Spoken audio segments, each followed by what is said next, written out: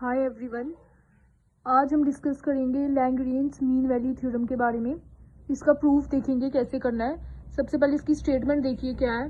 Statement कहती है अगर कोई एफ जो है कोई फंक्शन कंसीडर कर लो, अगर एफ कोई फंक्शन है और वो कॉन्टिन्यूस है क्लोज इंटरवल ए बी में और डिफरेंशिएबल है ओपन इंटरवल ए बी में, तो उस समय क्या होगा, एग्जिस्ट करेगा एक रियल नंबर सी और वो बिलोंग करेगा ओपन इंटरवल ए बी में, सच दैट कि एफ डैश सी जो है वो f of b minus f of a upon b minus a के बराबर होगा। मतलब लैग्रेंज मीन वैल्यू थ्योरम का बेसिक मेन आइडिया ये है। हमने इस चीज को प्रूव करना है कि ये चीज कैसे आई। तो लेट्स स्टार्ट करते हैं इसको प्रूव करना। तो इसको प्रूव करने के हम ऐसे कि हमने इसमें कोई कंसीडर करना है फंक्शन। जैसे हमने ले लिया फाई ऑफ एक्स कोई फंक्शन है और वो f of x plus a x के बराबर है, हमने ये फंक्शन ले लिया। अब हम देखेंगे इसमें जो ए है ना ये कांस्टेंट है, where a is constant and is taken such that, और हमने इसको इस तरीके से लिया कि फाई ऑफ ए जो है वो फाई ऑफ बी के बराबर होगा। मतलब जब हम इसमें ए डालेंगे फाई ऑफ ए वो बराबर होगा फाई ऑफ बी के। अब डाल के देख लेते हैं फाई ऑफ ए। अब इसमें ए डाल के देखिए, जब आप इसमें ए डालोगे तो एक्स की जगह में ए आ जाएगा, यानी कि एफ ऑफ ए बन जाएगा प्लस ए ऑफ ए। और अब फाई ऑफ बी डाल के देखिए तो क्या बनेगा, f of b plus a of b. यही बोला कि phi of a phi of b के बराबर हो जाएगा, वही लिखा जो फाई ऑफ ए डालेंगे तो f of a plus a f of b plus a b के बराबर हो जाएगा। ठीक है, अब इसके बाद क्या करना है हमें। अब इसके बाद हम ऐसे कर सकते हैं कि रीअरेंज करके लिख सकते हैं ए वाली टर्म्स को एक साइड और एफ वाली टर्म्स को एक साइड। तो ए माइनस इसको इधर ले आइए a b equals to f b minus इसको उधर ले जाइए एफ ए। अब इसमें से ए कॉमन आ रहा है और माइनस भी कॉमन लीजिए तो अंदर बचेगा बी माइनस ए। माइनस कॉमन क्यों लिया, क्योंकि हमने बी माइनस ए बनाना है, क्योंकि नीचे बी माइनस ए है तो इसलिए लिया। Equals to f of b minus f of a. अब माइनस ए को यहीं पे रखिए और बी माइनस ए को उधर भेज दिए। अब बी माइनस ए नीचे आ जाएगा डिनोमिनेटर में। अब ये देखिए हमारे पास आर एच एस साइड बन चुकी है। अब हमने सिर्फ ये बनानी है, लेफ्ट हैंड साइड बनानी है। इसको कंसीडर कर लिए इक्वेशन नंबर 2। अब हम क्या करेंगे, नेक्स्ट स्टेप में हमारा काम है, हमने इस फंक्शन को जो हमने कंसीडर किया था इसको कॉन्टिन्यूस भी प्रूव करना है और डिफरेंशिएबल भी प्रूव करना है। तो कैसे करेंगे, हम लिखेंगे एज, हमें पता है कि F of x polynomial function ये कॉन्टिन्यूस होता है और ये क्या है, मैंने बताया था ये कांस्टेंट लिया है हमने, तो ये कांस्टेंट फंक्शन है और ये भी कॉन्टिन्यूस होता है और सम ऑफ टू कॉन्टिन्यूस फंक्शन भी कॉन्टिन्यूस होता है, तो इसलिए ये कॉन्टिन्यूस हो जाएगा। तो हम लिखेंगे as f of x and a of x both are continuous and sum of two continuous function is also continuous, वो भी continuous होगा। so therefore phi of x जो हमने लिया था ये continuous प्रूव हो गया, ये continuous फंक्शन है।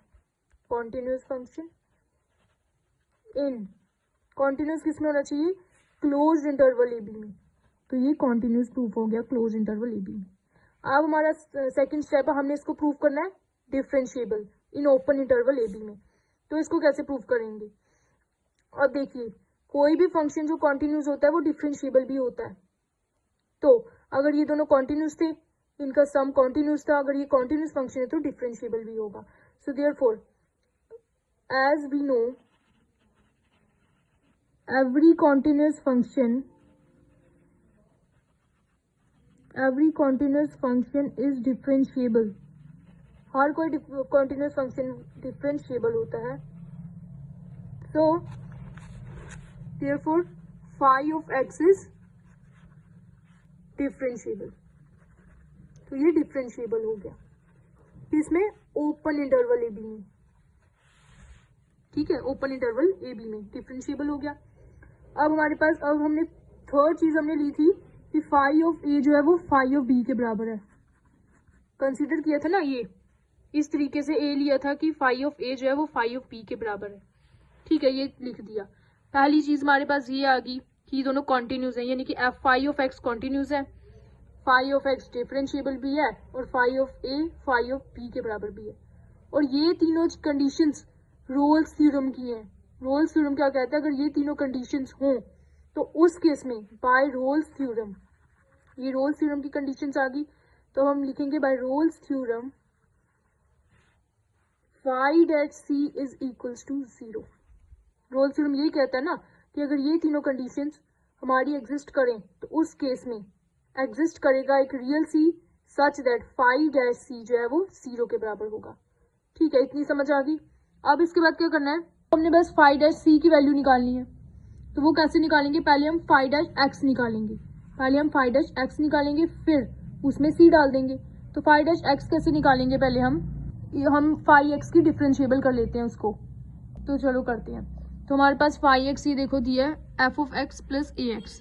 तो फाई डैश एक्स क्या आएगा, पहले हम लिख लेते हैं f of x, phi of x, phi of x दिया हमें f of x plus a x.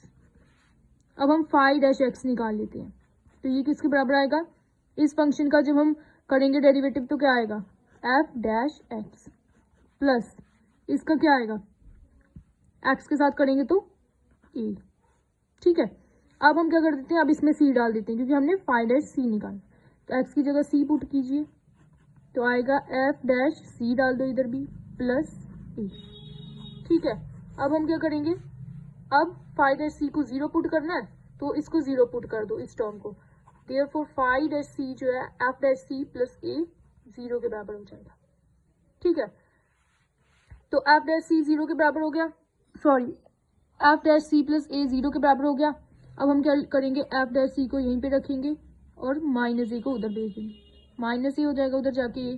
तो अब क्या होगा, बस कुछ नहीं करना, अब हमने ए की वैल्यू माइनस ए की वैल्यू निकाली हुई है, इसको इधर पुट कर देंगे।